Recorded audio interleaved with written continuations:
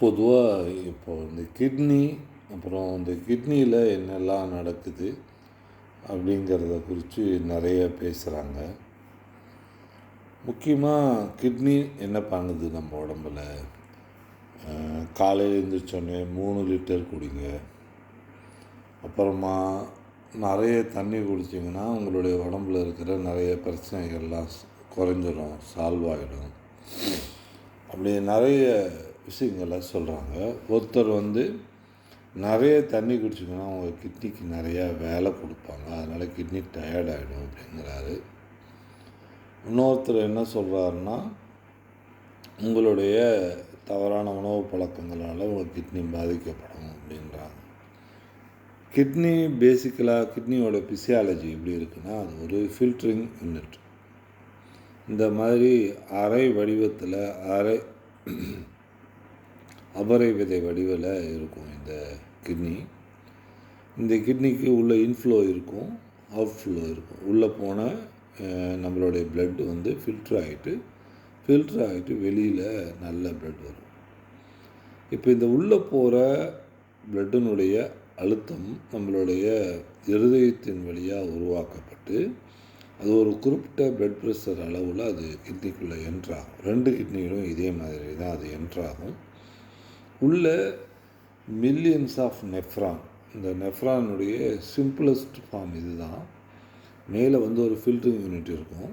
அதுக்கப்புறம் அது நீளமான ஒரு கொக்கி மாதிரியான ஒரு வளைவு இருக்கும். இந்த டியூப் லைட்டாக கொக்கி மாதிரியான ஒரு வளைவை கொண்டதாக இருக்கும். இது பேசிக் ஸ்ட்ரக்சர் ஆஃப் கிட்னியோட நெஃப்ரானோட செயல் உருவம். இது மாதிரி மில்லியன்ஸ் ஆஃப் நெஃப்ரான் ஒரு கிட்னிக்குள்ளே இருக்கும். முதல்ல என்ட்ராகக்கூடிய அந்த பிளட் இந்த கல்பஸ் அப்படின்ற இந்த ஃபில்ட்ரு யூனிட்டுக்குள்ளே என்ட்ராகும். இங்கே இருக்கிற அழுத்த மாறுபாடுகள் காரணமாக இதில் இருக்கிற அமினோ ஆசிட்ஸ், மினரல்ஸ், யூரியா மாதிரியான நிறைய பொருட்கள், வாட்டர் முதற்கொண்டு இதில் அப்சார்வ் ஆகிடும். அப்புறமா அந்த பிளட் வெசல்ஸ் வெளியில் போயிடும். இப்போ இதிலேருந்து ஃபில்ட்ரு ஆனது இப்போ இதில் இந்த யூனிட்டில் இதெல்லாம் ஃபில்ட்ரு ஆகாதுன்னு பார்த்தோன்னா WC, பிளேட்லெட், ஒய்பிசி இந்த மாதிரியான கூடுதல் தன்மை கொண்டது இதில் ஃபில்ட்ரு ஆகாது, அது பிளட்டில் ரீட்டைன் ஆகிடும். மீதி இந்த அழுத்த மாறுபாடின் காரணமாக ஒரு இடத்துக்கு இன்னொரு இடத்துக்குள்ள வேறுபாடின் காரணங்களாக இந்த ஃபில்ட்ரு வழியாக இது தானாக நடக்கும். இது நீங்கள் யாரும் வேலையெல்லாம் செய்யக்கூடாது. இந்த வழியாக அந்த பிளட்டு போனாலே இந்த பொருட்களெல்லாம் வெளியேறிடும், தண்ணீர் உட்பட வெளியேறிடும். அதுக்கப்புறமா இந்த ஹேண்டில்னு இருக்கு இல்லையா, அந்த சின்ன ஹேண்டில் இருக்குது, இது வழியாக அது பாஸ் ஆகும்போது இன்னும் சில இது எக்ஸஸாக போயிருந்தது அப்படின்னா அதை ரீஅப்சார்ப்ஷன் பண்ணிடும். இந்த இடத்துல தண்ணியாக இருக்கலாம், இல்லை சில உடம்புக்கு தேவையான மினரல்ஸ் இருக்கலாம், அமினோ ஆசிட்ஸ் இருக்கலாம். இதெல்லாம் திரும்பவும் செக்ரீட் ஆகிடும், அதாவது அப்சார்ப்ஷன் ஆகிடும். இது ரெண்டுமே நடக்கும், அப்சார்ப்ஷனும் நடக்கும், செக்ரீஷனும் நடக்கும். அதாவது தேவையானதை திரும்ப எடுத்துக்கும். சிலது தப்பி வந்திருந்தது, யூரியா வந்திருந்தது அப்படின்னாலும் அது திரும்பவும் விடும். இந்த ஃபில்டரிங் யூனிட்டில் தப்பின தேவையானவை உள்ளேயும் தேவையற்றது வெளியிலையும் போயிடும். திரும்பவும் இங்கே ஒரு ப்ராசஸ் நடந்து உங்களுக்கு தேவையான பொருட்களை இந்த யூனிட் பண்ணிடும். மிச்சம் இந்த யூரியா, இந்த மாதிரி தேவையற்ற மினரல்ஸு, எக்ஸஸ் மினரல்ஸு, இது எல்லாமே நம்மளோட யூரின் வழியாக கான்சன்ட்ரேட் ஆகி வெளியில் வந்துடும். ஸோ அதாவது நம்ம உடம்புல ஏற்படக்கூடிய கழிவுகள் யூரின் வழியாக வெளியேற்றப்படக்கூடிய, வியர்வை வழியாக வெளியேற்றப்படாது. அதேமாதிரி தேவையில்லாத மருந்து பொருட்கள் இருந்தாலும் வியர்வை வழியாகவும் வெளியேறும், நம்மளோட யூரின் வழியாகவும் வெளியேறும். அது மீதி இருக்கிற பிளட் பியூரிஃபை ஆன பிளட் வெளியில் வந்துடும். இங்கே எந்த ஃபங்க்ஷன்ஸும் நடக்கலை, அது ஒரு மெக்கானிக்கல் ஒர்க் எதுவும் நடக்கலை. இது வழியாக அந்த யூரின், அந்த ரத்தம் பாஸ் ஆச்சுன்னா அது அந்த யூனிட் தன்னுடைய வேலையை செஞ்சு நம்மளுடைய சிறுநீரை உற்பத்தி பண்ணிடும். ஓகே, இதில் வந்து எங்கே டயர்ட் ஆகிறதுக்கு வாய்ப்பு இருக்குது, ப்ளட் ஃப்ளோ வந்து குறையிறதுக்கு வாய்ப்பு இருக்குது, அதிகரிக்கிறதுக்கெல்லாம் வாய்ப்பு இருக்குன்னா மினரல்ஸ் தான் முக்கியமான காரணமாக இருக்கும் நம்மளுடைய ப்ளட் ப்ரெஷர் வந்து அதிகரிக்கவும் குறையிறதுக்கும். என்ன மாறுபாடுகளினுடைய காரணமாகவோ தசை சுருங்கி விரிவதன் காரணமாகவோ நம்மளுடைய ப்ளட் ப்ரெஷர் அதிகரிக்கிறதுக்கான வாய்ப்புகள் இருக்குது. சப்போஸ் கிட்னிக்குள்ளே வர ப்ளட் ஃப்ளோ வந்து குறையுதுன்னு வச்சுப்போம். இது வந்து இந்த உள்ளே வரக்கூடிய ப்ளட் ஃப்ளோன்னு வச்சுக்கிட்டோம்னா நம்மளுடைய கிட்னிக்கு தேவையான அளவுக்கான ப்ரெஷர் உள்ளே வரலைன்னா, ஏன்னா கிட்னி தேவையான ப்ரெஷர் இருந்தால் தான் அதனுடைய வேலையை அது செய்ய முடியும். அப்போது நம்மளுடைய கிட்னிக்கு மேலே இருக்கிற அட்ரிலின் கிளாண்ட், இது வந்து ஒரு நாளமில்லா சுரப்பி, அட்ரிலின் கிளாண்டுன்னு சொல்லுவாங்க, அட்ரிலின் பம்ப்புன்னு எல்லாம் சொல்லுவாங்க. இந்த கிளாண்டை என்ன பண்ணுன்னா, கிட்னிக்குள்ளே வரக்கூடிய இரத்தத்தினுடைய அளவு குறைஞ்சிச்சு, அதனுடைய வேக மாறுபாடுகள் இருந்ததுன்னா இந்த அட்ரிலின் செக்ரீட் பண்ணி இது நம்மளுடைய மூளையின் வழியாக இருதயத்தினுடைய செயல்பாடுகளை அதிகரிக்க செய்து நம்மளுடைய ப்ளட் ப்ரெஷர்னு சொல்லக்கூடிய இரத்த அழுத்தத்தினுடைய அளவை கூடுதலாக்கிடும். ஏன்னா கிட்னிக்குள்ளே ஃப்ளோ குறையுது அப்படின்னு உடனே கிட்னிக்கான ஃப்ளோ அதிகரிச்சுக்கணும் அப்படின்னா நம்மளுடைய இரத்த அழுத்தத்தை இந்த ப்ளட் ப்ரெஷருடைய அளவை அது கூட்டும். இதுக்கு உடல்களை நிறைய இடங்களில் ப்ளட் ப்ரெஷரை வந்து ஊக்குவிக்கிறதுக்கு அது கூடுதல் பண்ணுறதுக்கான மெக்கானிசம்ஸ் இருக்குது. நம்மளுடைய இருதயத்தினுடைய ஆர்ச் ஆஃப் அயோட்டாவில் இருக்குது, கிட்னியில் இருக்குது.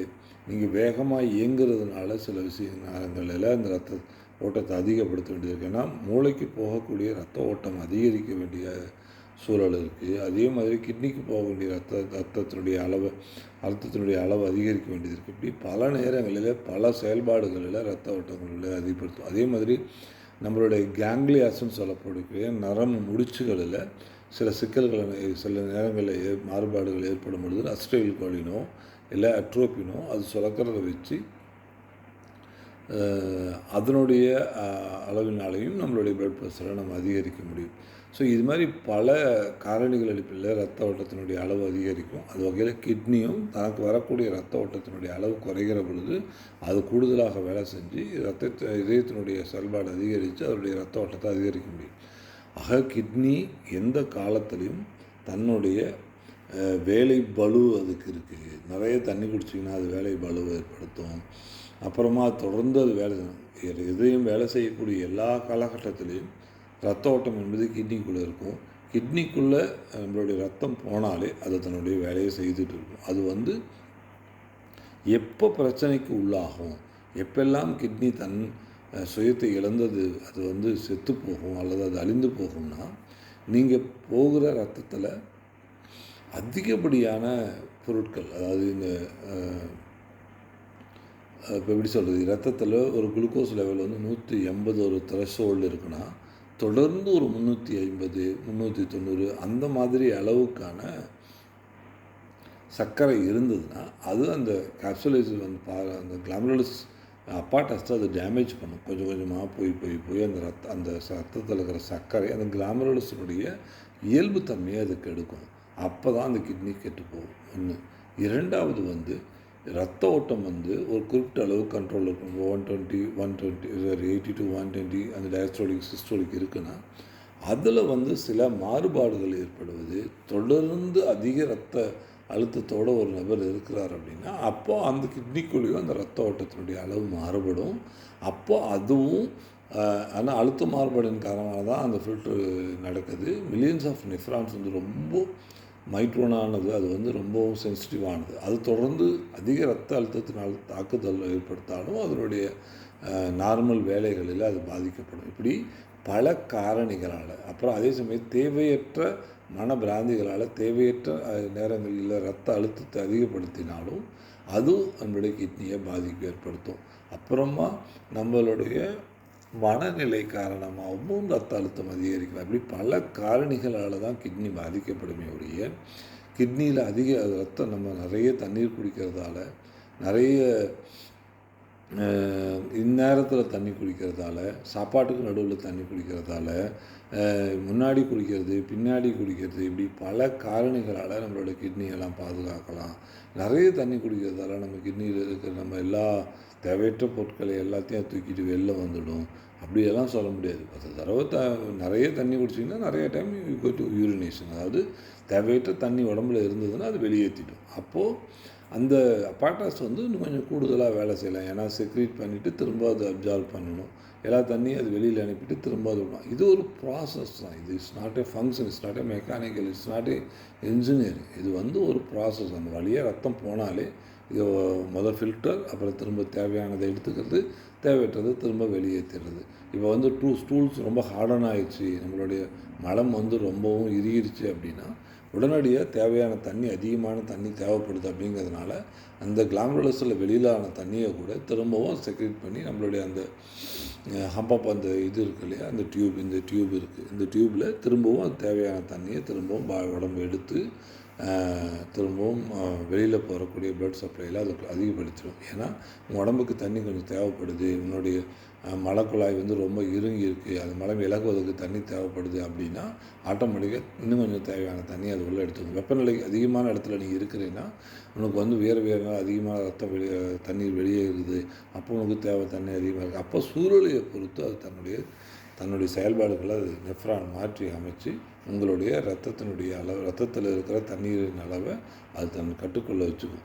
அது எப்பெல்லாம் பாதிக்கப்படுதோ, தன்னை தாக்குதலுக்கு உள்ளாக்குறீங்களோ அப்பெல்லாம் அது பாதிக்கப்படும். அப்போ தான் அது அழிவு சந்திக்கும். அது வந்து வேலையினாலேயோ இல்லை வேறு காரணிகளோ கிடையாது. அதுக்குள்ளே நீங்கள் அனுப்புகிற ரத்தத்தில் இருக்கிற பொருட்களை பொறுத்து தான் கிட்னி தன்னுடைய பாதிப்புகளை சந்திக்கும் ஒழிய அது அதிகமாக வேலை செய்து அது ஒரு கிரெயின்னு சில சயின்ஸில் வந்து இப்போ கால்களில் இது கிட்னிக்கான இடம், இந்த இடத்துல நீங்கள் அமுத்துனீங்கன்னாவே கிட்னி சரியாயிடும்னு சில விஷயங்கள் சொல்லுறாங்க.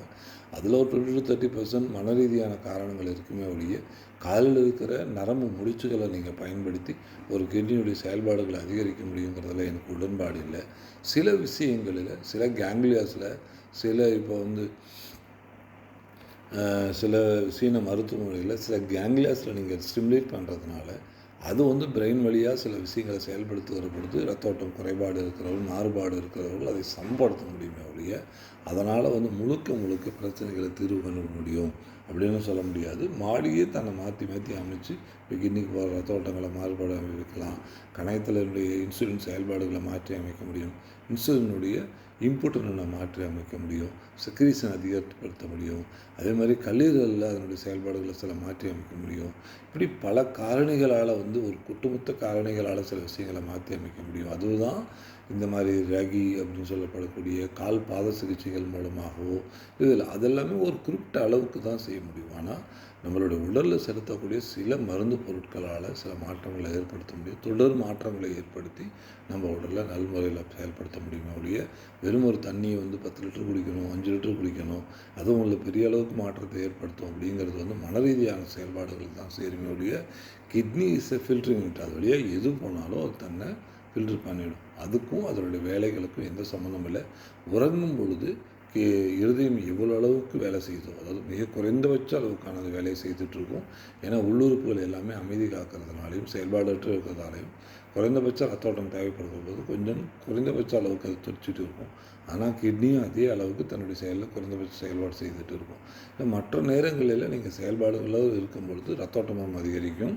ரத்தோட்டமும் அதிகரிக்கிற பொழுது எல்லா செயல்பாடுகளும் அதுக்குரிய அளவுக்கு செயல்படும். நன்றி, வணக்கம்.